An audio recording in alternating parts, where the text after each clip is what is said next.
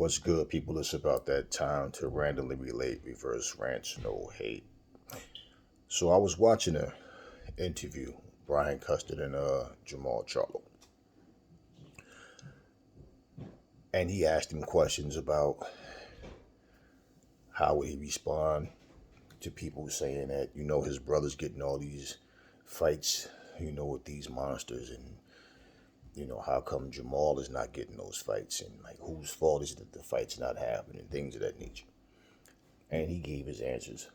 Now, I'm going to say this about Jermall.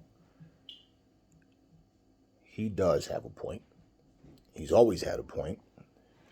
But because of things that he would say that was contradicting, people would overlook these things. And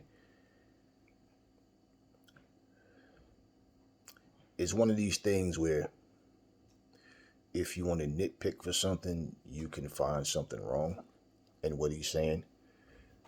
But you can also find something wrong in what other people are saying, other fighters. It's just if you choose to focus on one fighter, then you will overlook those things. I'll give you an example of something, right? Canelo Alvarez is considered the face of boxing. So Canelo Alvarez, his resume is bigger than Jermall Charlo's in terms of his opponents, named opponents. Okay. It's better than Benavidez. Okay, it's better than Caleb Plant's. And now his name is a part of Caleb Plant's resume. But let me just make this point. and I'm going to be completely honest about this, okay? I'm not honest about everything I say. But take Marvin Hagler, for example. Marvin Hagler at one point was considered one of the best boxers on the planet. And in many people's eyes, he was the best at one point. Okay. Marvin Hagler never fought outside of 160. He didn't go up and fight anybody. In fact, ask yourself this question. If Sugar Ray Leonard, who was a welterweight, never came up and fought him, what would have happened? If Roberto Duran, who naturally was a lightweight, didn't come up and fight him, what would have happened? If Thomas Hitman Hearns, who was a welterweight, didn't go up and fight him, what would have happened? So, if it would have just been him staying as a middleweight,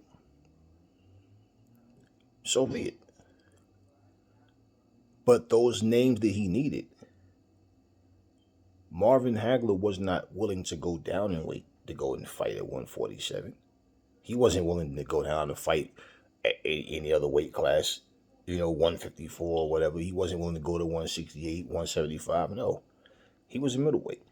Same with Sugar Ray Robinson. I mean, he didn't start out as a middleweight with Ray Robinson. A lot of people don't realize that. But initially, what I'm saying is he wound up being a middleweight. Ray Robinson, when you talk about him, they don't talk about him in other weight classes, accomplishments in other weight classes. They simply talk about him as a middleweight. Bernard Hopkins was strictly a middleweight until he went up. I think Antonio Tarver was the first light heavyweight he fought, but he wound up going up there later on.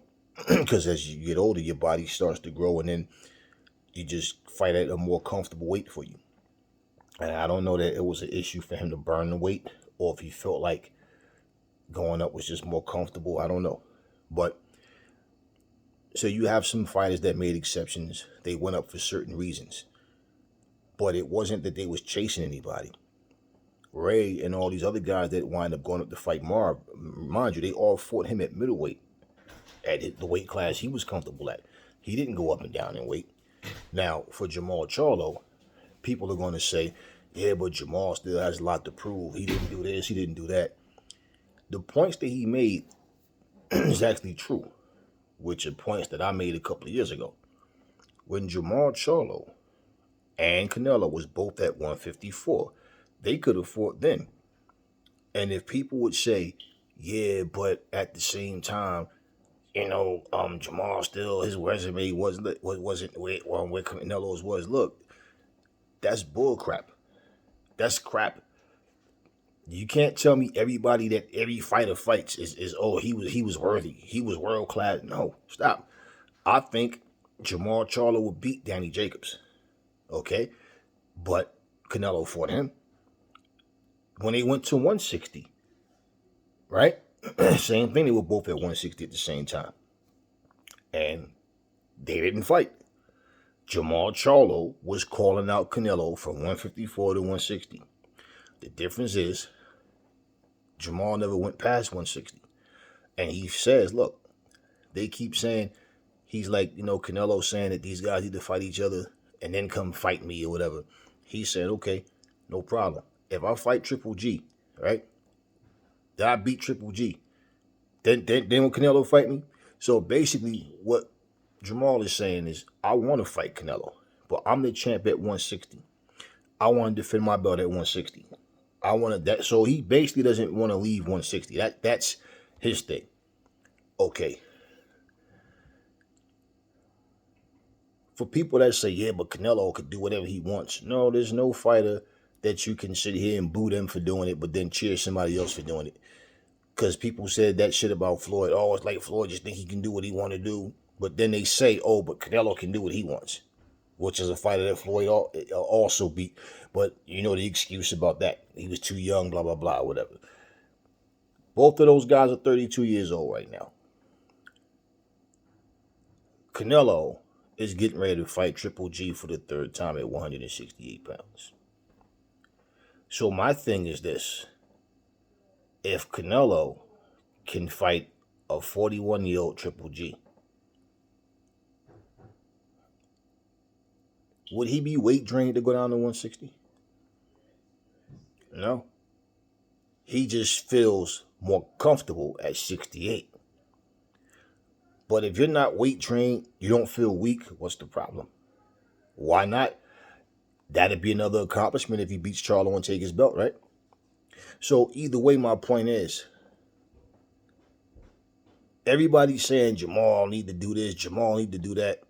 Me, myself, I've spoke about him, saying things like saying things like Demetrius, Andrade, there's no value in fighting him, but then you get ready to fight Shalecki, right?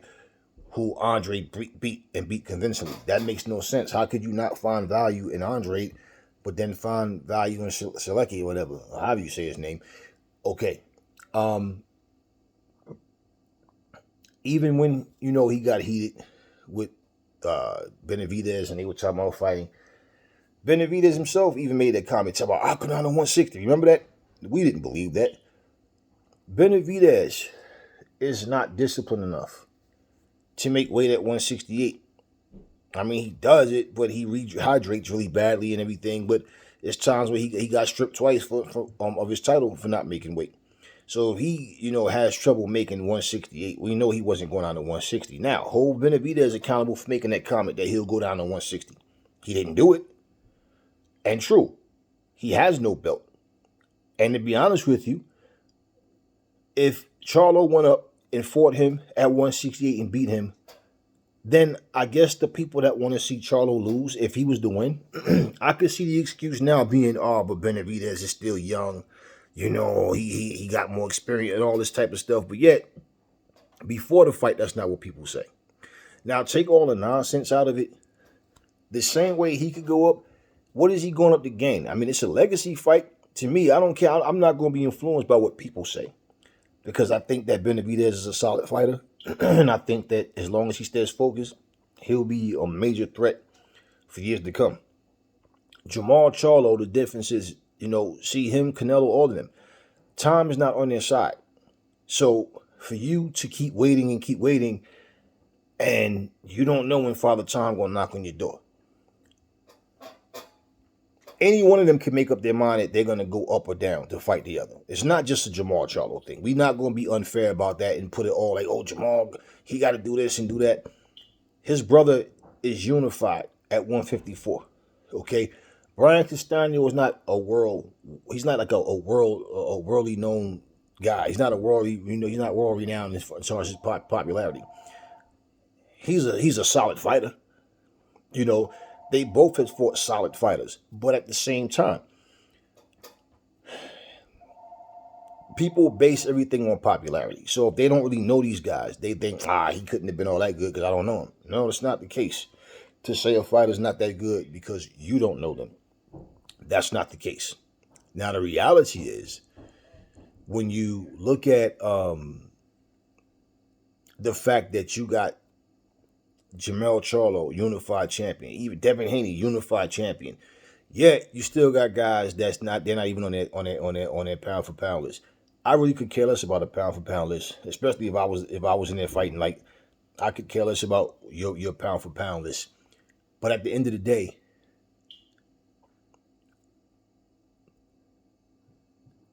when you have a legitimate reason as to why these fights don't happen, you're still going to have people that's going to go, oh, nah, it's your fault. You don't want that smoke.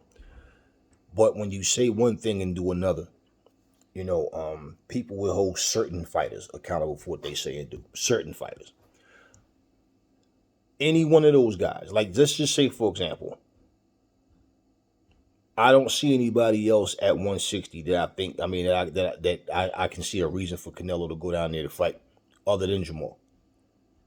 I just don't see it. I mean, if you're gonna go after a champion, okay, fine. So my point, let's say he did go down to 160 and fought someone.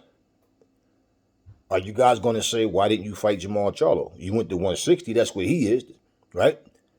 And we know that Jermall Charlo was calling him out for the longest time. Even Jermall was calling him out at one point when he was at 154.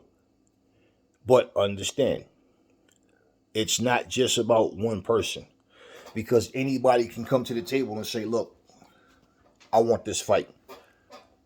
Let's make this happen, right? But if you're bringing nothing to the table, and yet, think about it, in terms of legacy, okay, yeah, if Jermall beats Benavidez, that's a big notch under the belt, and vice versa if he beat Jermall. But who's the champion 160? It won't be for his title, so it'll just be for the fact of making a fight happen, right? Okay, who's at 168? Benavidez, Caleb Plant, right? Canelo's at 168. Triple G's at 168 now. So Caleb Plant, he's lost to Canelo. So does that mean that Caleb Plant shouldn't fight Benavidez? Is that what that means? So I believe Canelo's going to destroy Triple G because Triple G is not the same fighter anymore. I believe that's easy work for him now. But let's say the fight happens, Canelo destroys him, like I said. Do you really want to see if Triple G decides, nah, I'm going to keep going? Do you really want to see Benavidez versus Triple G? Or Caleb Plant versus Triple G? Especially coming off of a loss that he just got beat by Canelo, like if that's the case. So, no, Caleb Plant should want revenge. And why is nobody screaming for Caleb Plant versus Benavidez now? Why is nobody, it's like, it's always the finger being pointed at one person. So my thing with Jermall Charlo was I think he should just chill as far as, people are always going to have their comments about, what they think when they don't even know what they're talking about. But I think he should even focus on, it's like looking at it from my standpoint, I wouldn't even focus on people saying whatever. I would try to get the best possible fights that I can. And the fact of the matter is, even though it's not for his title, if he did go up to 168 and he beat David Benavidez, that definitely boosts his profile. But you are going to have a lot of people that's going to say, Benavidez is overrated. He ain't as good as we thought he was, or he was too young. He still, got grown to do and all. That's the type of thing they would do. They would say that, definitely. But I think that Jermall Charlo, he has points that he made. Because it's not about all of them. Because the same way you're saying, Jermall Charlo is waiting for a payday. Well, he's a champ at 160. Benavidez is not the champ anymore. He doesn't have a belt at 168. So, who should Benavidez fight? right? Benavidez is like this. The same way Benavidez saying he want to fight Caleb Plant. Plant wasn't going to pass up that chance to fight Canelo. Why should he? But at the same time, I don't think Caleb Plant wants to come back and his first fight is against a guy like Benavidez. I think it'll be a soft touch. Maybe a soft touch or two, maybe three. Then maybe he goes after Benavidez after. Who knows? I don't know. But there's, in every division you can look at guys. We've been talking about that with the 135 division. But, for us to look at one fighter and say, oh, he should be doing this and he should be, they all, if they want these fights, they all can come to some kind of understanding of what's what. And if they, what? Remember how they did the Super 6 tournament? Back with Andre Ward and Jermaine Taylor and all those guys. They need to do something like that now, man. They could do that with multiple divisions, and find a way to get these guys in the ring, man. Because all of this shit about the networks can't get along and come to agreement and whatever, it's not so much just the fighters, man. It's a lot.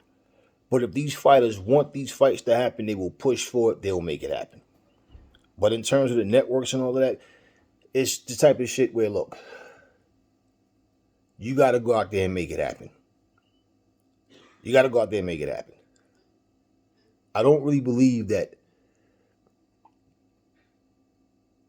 these people are business people. They don't care about boxing per se. They care about money. So the networks and all, they're not concerned about your legacy and greatness and all. All they care about is the money. But if you guys want that fight, these fights to happen, you guys need to be show more interest in fighting each other and stop making excuses to not fight each other. Which is one of the reasons, for me, and I was vocal about it, whoever Jermall and Jermall fight, I'm going with them to win. But that doesn't mean I'm going to sit back and act like I don't see certain things. I see whatever I see, I'm going to call it as I see it. And to be honest with you, that's one of the things that when I look at with Jermall, the same way how he pointed out, yeah, me and Canelo was at the same weight class. He didn't want to fight. Yeah, well, so was you and Demetrius Andrade. Just like I called out Canelo for telling Demetrius Andrade he's a horrible fighter. Tell about he's done nothing. He's beaten no one. Stop it, man. You know damn well Demetrius Andrade is a threat. And to say he's beaten no one and he's a horrible fighter, you can't possibly believe that yourself. Okay, so all of these guys, if they want to make these fights happen, they could. But it's not just a Jermall Charlo thing. And I'm looking at everything that's going on in boxing, and it's just the type of thing where a lot of these fighters, man, they've been groomed to let's try to play it safe. Let's try to play it safe, but talk trash in the process. Help build our profiles up by using other fighters' names. You see so much of that. And this is why when you guys that's talking about, oh, they all trying to be like Floyd, no, that's bullshit. They ain't trying to be like Floyd. They're trying to take the easy way out. Floyd put the work in before he started his little cherry pick sessions. But even in that, he still picked respectable guys. All right, he ain't like he went out there and picked the worst of the fighters that's out there. But he put the work in. Look at his resume. You can't even put these guys in the same category as Floyd. And they come in here and, like I told you guys, these guys get money before they get popular. They start making some money, and they're making money and good money without taking real risks. From the top guys. And so when we look at everything across the board, man, I've heard Tank Davis versus Devin Haney calls out Tank Davis. First I heard it's Lomachenko, then it was Tank Davis, then it's Tank Davis said this about Haney. Haney said Tank should throw his belt in the garbage. Then all of a sudden it's like they're all over the place. I don't want to say anybody's name unless I know I'm fighting that person. There's no need to. So we look at boxing as a whole, and you realize, you know what? There are things out there for us. There are fights out there, and there's fights that I want. But at the same time, if the business model says duck, duck, duck, goose, that's what the majority of the fighters are going to do. And this is why now when you hear two names come up, it take 3-4 years for that fight to finally materialize the majority of the times. So I was just thinking about that when I was looking at the video, and I'm just thinking how it's very difficult. And we've been getting some good fights past I'd say 2 months. But it's just one of these things, man. The fight comes and it goes, and it's like next. The fans are always thirsty for more. They don't understand business. A lot of them, most of them don't. They just think you just him versus him. Okay, done. It's not how it works. But all of these fighters, man, they need to get it together where these fights are happening. And this is why when they get in front of the cameras, they always talking as if the names that we're calling out as formidable opponents is like he's no different from nobody else. But we know that that's not the case. So just thought it was a interesting thing listening to it. And then just my perspective is pretty much the same, but a little, I still feel the way I feel about him calling certain names and saying certain things and then doing something different. But at the same time, he does have a point as well. Can't put all the blame on Jermall Charlo, man. You got to look at all these fighters, Canelo included, all of them. The same way how he's saying that Demetrius, Andrade, and his father are bums. They just trying to get a payday. Okay, you can't knock him for it, but applaud Canelo for saying the same thing. He's a horrible fighter. He's just trying to get payday. Can't Canelo? I mean, come on, man. You have to fight somebody, and you can't always get the fights that you want. And we know that Jermall Charlo has had a situation where, yeah, there's fights that didn't happen that he wanted the fights, and he was calling these guys, and it didn't happen. Now it's the type of thing where they're saying, oh, he needs to leave 160 and go to 168. And I kind of felt that way. I did kind of feel that way because it's like there's nothing popping at 160. Like, my thing was, if they will allow him to have that one fight at 168, I mean, he has nothing on the table. He has no mandatory right now. So I said, I think it would be a great idea if he would, I want to go to 168. I'm not campaigning as a 168 pounder. I just want one fight with, just a legacy fight with Benavidez or Caleb Plant for that matter. But between the two, yeah, Benavidez is seen as the better opponent by most people. And then you beat him, that's a fight under your belt. Your stock will go up. You understand what I'm saying? And people will want, it will be more of a demand where people will try to get you these bigger fights. So if you want to stay at 160, that's that man's wish. Okay, fine. But the reality is, if it doesn't go the way he wants it to go, he has to live with that because he made a conscious decision that he wants to stay at 160. I don't feel like it's a crime. Okay, my thing is just, there's only a handful of guys. I mean, think about it. Let's say if Jermall Charlo was to beat Benavidez, beat Canelo, then beat Caleb Plant. Then guys like Munguia and all these other names that you can think of, Selesky, all that, they would expect him to beat them anyway. Right? But you never know what could happen. Just like everybody was saying, you can go right in the comment section on my videos about Bivol and Canelo.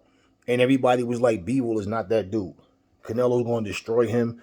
And after he beats him, you had very few people that believe Bivol could win. So you don't know that a fight is going to win. Like I tell you, no matter who I want to win, I don't know that they're going to actually win because you don't know what they're going to do come fight night. You just go by what you've seen them doing and the capabilities that they showed you. But, you could be doing everything right. And then all of a sudden, out of nowhere, bam, crack to the chin, night. So just thought it was kind of interesting because I started looking at things and yeah, like I say, he has a point too. But all these guys need to get together as fighters and make it happen and stop with all this attitude. I don't like him. I don't fuck with him. You don't have to. All you got, good. You don't like him. Give you more reason to go punch him in his face. Bust his ribs up. That's my point. Go in there and get in the ring. Make that money with him. And that's the thing he got against Andrade. He's like, I ain't hoping to make no money. But at the end of the day, man, you guys can walk away from boxing knowing that there's guys that you didn't fight but could have fought. If you can live with that, so be it. Never fall in love with lies. Remember, the truth brings hate out of people, and I will catch y'all on the next video.